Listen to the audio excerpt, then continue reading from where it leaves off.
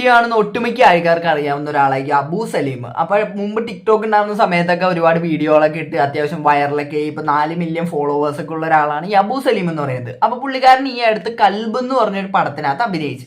അപ്പൊ അതിനകത്ത് അഭിനയിച്ചു കഴിഞ്ഞിട്ട് അതിന്റെ ഭാഗമായിട്ട് ഇതിന്റെ ക്രൂ, അതായത് ഈ സിനിമയുടെ ക്രൂവും കാര്യങ്ങളൊക്കെ ഒരു ഇന്റർവ്യൂ പോട്ടെ, ഒരു റോസ്റ്റ് പോലത്തെ ഒരു സംഭവം. അപ്പൊ ഇത് വന്നേക്കണമെന്ന് പറഞ്ഞാൽ വണ്ടർവാൾ മീഡിയ നെറ്റ്വർക്ക് എന്ന് പറഞ്ഞ ചാനലിനകത്താണ് വന്നേക്കണം. എന്നിട്ട് വിറ്റ് റോസ്റ്റ് എന്ന് പറഞ്ഞിട്ടാണ് ഇവർ ഈ ഒരു വീഡിയോ ഇറക്കിയത്. അപ്പൊ ഈ ഒരു വീഡിയോ എടുക്കുന്ന സമയത്ത് അവിടെ ഈ അബു സലീം എന്ന് പറയുന്ന ആ പുള്ളി ഇല്ല. അപ്പൊ ഈ ഒരു പുള്ളീനെ പറ്റി പറയുകയാണെങ്കിൽ എനിക്ക് അധികം അങ്ങനെ ആദ്യം തുടങ്ങി എനിക്ക് അങ്ങനെ വലിയ ഇഷ്ടമുള്ള ഒരാളൊന്നല്ല. ഞാൻ ഈ അബു സലീമിന്റെ വീഡിയോകൾ ഞാൻ ആദ്യം തുടങ്ങി എനിക്ക് അങ്ങനെ വലിയ താല്പര്യമില്ലാത്തതാണ്. പക്ഷേ പുള്ളീനെ ഇഷ്ടപ്പെടുന്ന ഒരുപാട് പേരുണ്ട് കേട്ടോ, ഞാൻ അവരെല്ലാവരെയും റെസ്പെക്ട് ചെയ്യണം. പക്ഷെ എനിക്ക് പേഴ്സണലി പുള്ളിയുടെ വീഡിയോകളിനോട് വലിയ താല്പര്യമില്ല എന്ന് മാത്രമേ ഞാൻ പറയുന്നുള്ളൂ. പക്ഷെ എന്നാലും ഇവരുടെ ഈ വീഡിയോ ഉണ്ട്, അപ്പൊ ഈ വിറ്റ് റോസ്റ്റ് എന്ന് പറഞ്ഞാൽ ഇവരുടെ ഈ ഒരു വീഡിയോ കണ്ടപ്പോഴത്തേക്ക് എനിക്ക് സത്യം പറഞ്ഞാൽ നല്ല ദേഷ്യം വന്നു. അപ്പൊ അവരുടെ ആ ഒരു വീഡിയോ നമുക്ക് ആദ്യം ഒന്ന് കണ്ടുനോക്കാം. അപ്പൊ ഇതിനകത്ത് അബു സലീം ഇല്ലാണ്ട് ഇവർ ഈ റോസ്റ്റിങ്ങിന്റെ ഭാഗമായിട്ട് അബു സലീമിനെ പറ്റി പറയുന്ന കുറച്ച് കാര്യങ്ങളാണ് നമുക്ക് കേൾക്കാം. ട്രെയിലറിലില്ലല്ലോ, അത്രയും വലിയ മനുഷ്യനുണ്ടെങ്കിൽ നമ്മൾ കാണാതെ അല്ല. മറ്റേ പഴയ മിസ്റ്റർ അബു സലീം ഏതാ വണ്ടിയിൽ വന്നിറങ്ങിയപ്പോ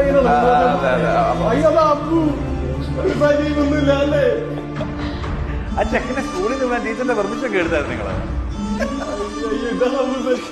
നിങ്ങൾ ചെറുതാക്കണ്ട, പാൻ ഇന്ത്യൻ സ്റ്റാർ ആണ്. നമ്മള് സോങ്ങിന്റെ ഷൂട്ട് ചെയ്യുമ്പോൾ ജോധ്പൂർ പോയപ്പോ അവിടെ ഫാൻസ് അസോസിയേഷൻ ഉണ്ടാവും. അതെ, love from Pakistan, love from Bangladesh എന്നല്ലേ.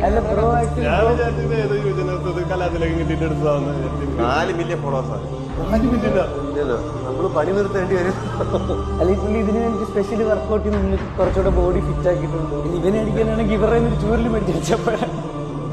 അല്ലെങ്കിൽ അബു സലീം ഇടയ്ക്കിടയ്ക്ക് ഇങ്ങനെ കാണിക്കുന്നുണ്ടല്ലോ, അതുകൊണ്ട് പുള്ളി കലിപ്പാണ്. ശരിക്കും മുന്നേ കണ്ടിട്ട് മൂക്കൊലിപ്പാണ് എനിക്ക് തോന്നുന്നത്.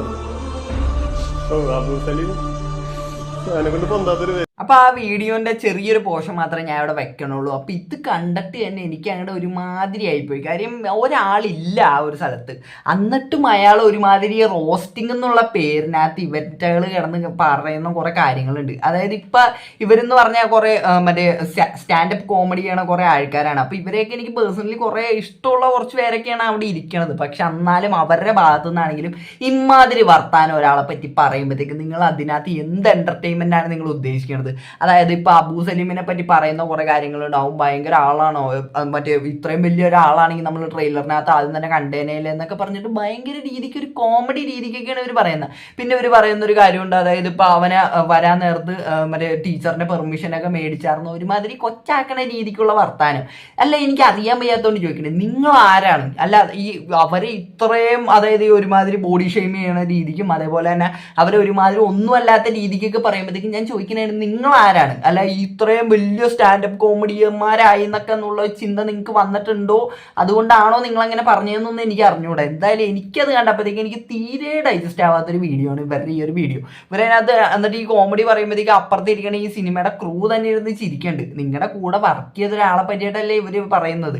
അപ്പൊ ഇടയ്ക്കൊക്കെ ഇവർ പറഞ്ഞു കൊടുക്കുന്നുണ്ട്, അവര് നിങ്ങളങ്ങനെ കളിയാക്കൊന്നും വേണ്ട, പുള്ളി നല്ല ആളാണെന്നൊക്കെ ഉള്ള രീതിക്കൊക്കെ പറയുന്നുണ്ട്. പക്ഷെ എന്നാലും ഇതൊക്കെ ഇവരൊക്കെ അറിഞ്ഞിട്ട് തന്നെയല്ലേ ഈ പരിപാടി നടക്കുന്നത്. അപ്പൊ ഇത് എനിക്ക് ഒട്ടും ഒരു സപ്പോർട്ട് ചെയ്യാൻ പറ്റുന്ന ഒരു കാര്യമായിട്ട് തോന്നിയില്ല. അതായത് ഒരാള് പുള്ളി ഉണ്ടെങ്കിൽ പിന്നെയും നമുക്ക് അതിനെ ന്യായീകരിക്കാം, പുള്ളീനെയും കൂടി ഇരുത്തിയിട്ട് ആളോടെ പറയുന്നത്, അപ്പൊ പുള്ളിക്ക് പ്രശ്നമില്ല എന്നൊക്കെ ഉള്ള രീതിക്ക് നമുക്ക് വേണമെങ്കിൽ പറയാം. പക്ഷെ ഇത് പുള്ളി ഇല്ല, എന്നിട്ടും അവർ ഈ കിടന്ന് ഇല്ലാത്ത ഒരാളെ പറ്റിയിട്ട് ഇങ്ങനെ കിടന്ന് പറയുന്നതിനോട് എനിക്ക് ഒട്ടുമേ എനിക്കത് ഇഷ്ടപ്പെട്ടില്ല. അപ്പൊ എനിക്കത് കണ്ടപ്പോഴത്തേക്ക് ഇതൊന്ന് പറയണമെന്ന് തോന്നിയോണ്ട് മാത്രമാണ് ഞാൻ ഈ വീഡിയോ എടുത്തത്. അപ്പൊ എന്താണ് ഇത് കണ്ടപ്പോഴത്തേക്ക് നിങ്ങൾക്ക് പറയാനുള്ളത്? നിങ്ങൾ ഈ വീഡിയോ താഴെ കമന്റ് ആയിട്ട്. അപ്പൊ ഈ വീഡിയോ ഇഷ്ടപ്പെട്ടാൽ മാത്രമല്ല സബ്സ്ക്രൈബ് ചെയ്യുക. അപ്പോൾ എല്ലാവർക്കും അടുത്തൊരു വീഡിയോ കാണുന്നവർക്ക് ടാറ്റ ബൈ ബൈ.